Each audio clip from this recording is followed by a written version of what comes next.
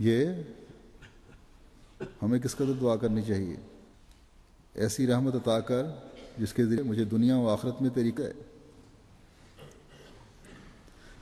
اللہ میں تجھ سے ہر فیصلے میں کامیابی چاہتا ہوں اور شہیدوں کی سی مہمان نوازی اور سعادت مندی کی زندگی اور دشمنوں پر فتح و نصرت کا خواستگار ہوں.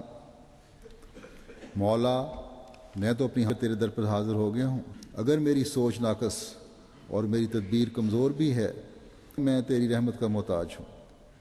بس اے تمام معاملات کے فیصلے کرنے والے اور اے دلوں کو تسکین عطا کرنے والے، میں تجھ سے سوال کرتا ہوں کہ جس انسان کو بچا لیتا ہے اسی طرح مجھے آگ کے عذاب سے بچا لے، ہلاکت کی آواز اور قبر کے فتنے سے مجھے پناہ دے. اور اے میرے مولا، جس دعا سے میری سوچ کوتاہ ہے، جہاں تک میری سوچ پہنچ نہیں سکتی، اور جس امر کے لیے میں نے دستے سوال دراز نہیں کیا، ہاں وہ خیر اور وہ بھلائی جس کی میں نیت مان سکا.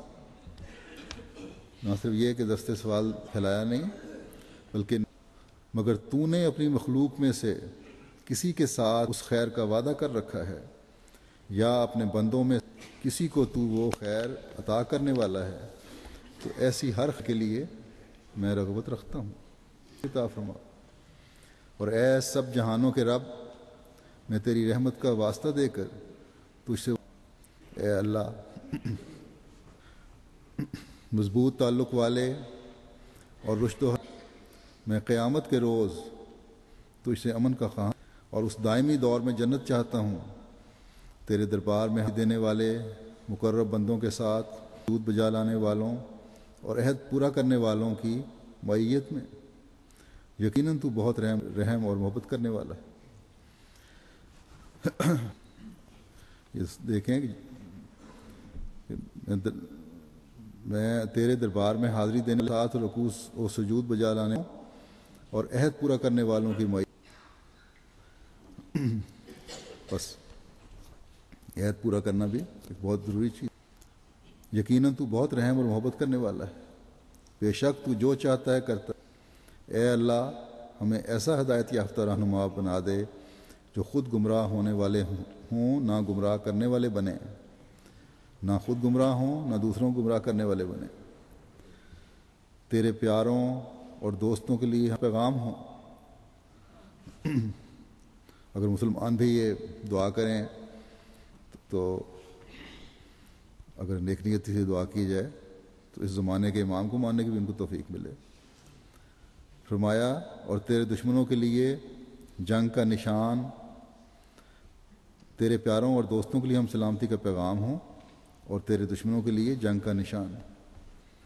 فرمایا ہم تیری محبت کے صدقے تیرے ہر محب سے محبت کرنے والے اور تیری مخالفت اور دشمنی کرنے والوں سے تیری خاطر عداوت رکھنے والے ہوں. اے اللہ ہماری عاجزانہ دعا ہے جس کا قبول کرنا تیرے پر منحصر ہے. اے اللہ بس یہی دعا ہماری سب محنت اور تدبیر ہے اور سب بھروسہ تیری ذات پر ہے. اے اللہ میرے لیے میرے دل میں نور پیدا کر دے، میری قبر کو بھی روشن کر دے، میرے آگے اور میرے پیچھے نور کر دے، میرے بائیں بھی نور کر دے اور میرے اوپر بھی نور کر دے اور میرے نیچے بھی نور کر دے اور میری سماعت میں بھی نور بھر دے اور میری بصارت میں بھی نور بھر دے اور میرے بالوں میں بھی نور بھر دے اور میری جلد کو بھی نورانی کر دے اور میرے گوشت اور میرے خون میں بھی نور بھر دے اور میرے دماغ میں بھی نور بھر دے اور میری ہڈیوں میں بھی نور بھر دے. اے اللہ میرے دل میں نور کی عظمت پیدا کر دے، پھر مجھے وہ نور عطا کر بس مجھے سر دے.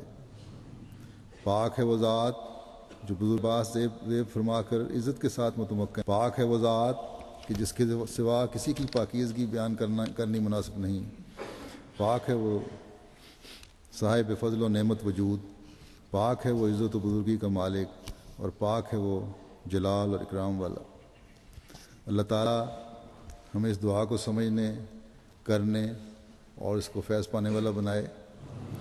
ہم اللہ تعالیٰ کے اس نور سے فیض پانے والے ہوں جو آن حضرت صلی اللہ علیہ وسلم لے کر آئے۔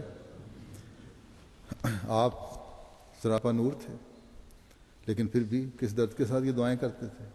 یہ دعائیں اصل میں آپ ہمیں سکھا رہے ہیں کہ میری امت کے لوگ مومنین یہ دعائیں کریں اور سراپا نور بننے کی کوشش کریں، میرے اسوے پر چلنے کی کوشش کریں، اللہ تعالیٰ کے حق ادا کرنے کی کوشش کریں، مخلوق کے حق ادا کرنے کی کوشش کریں۔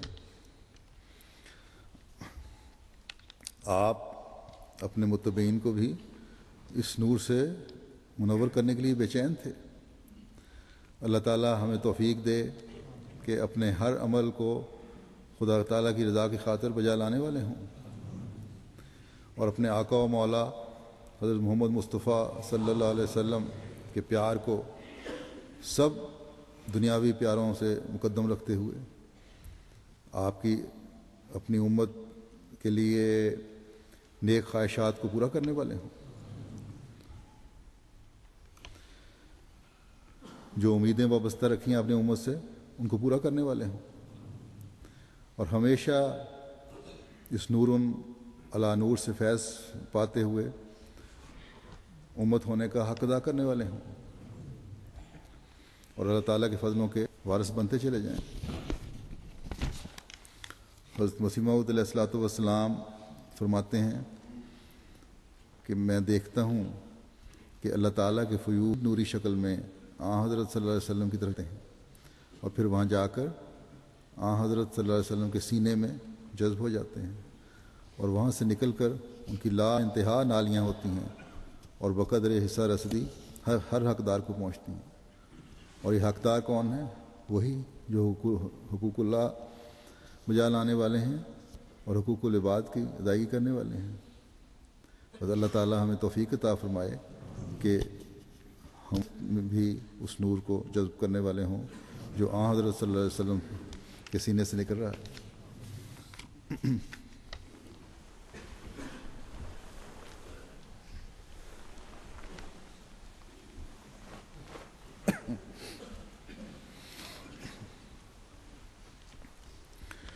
الحمد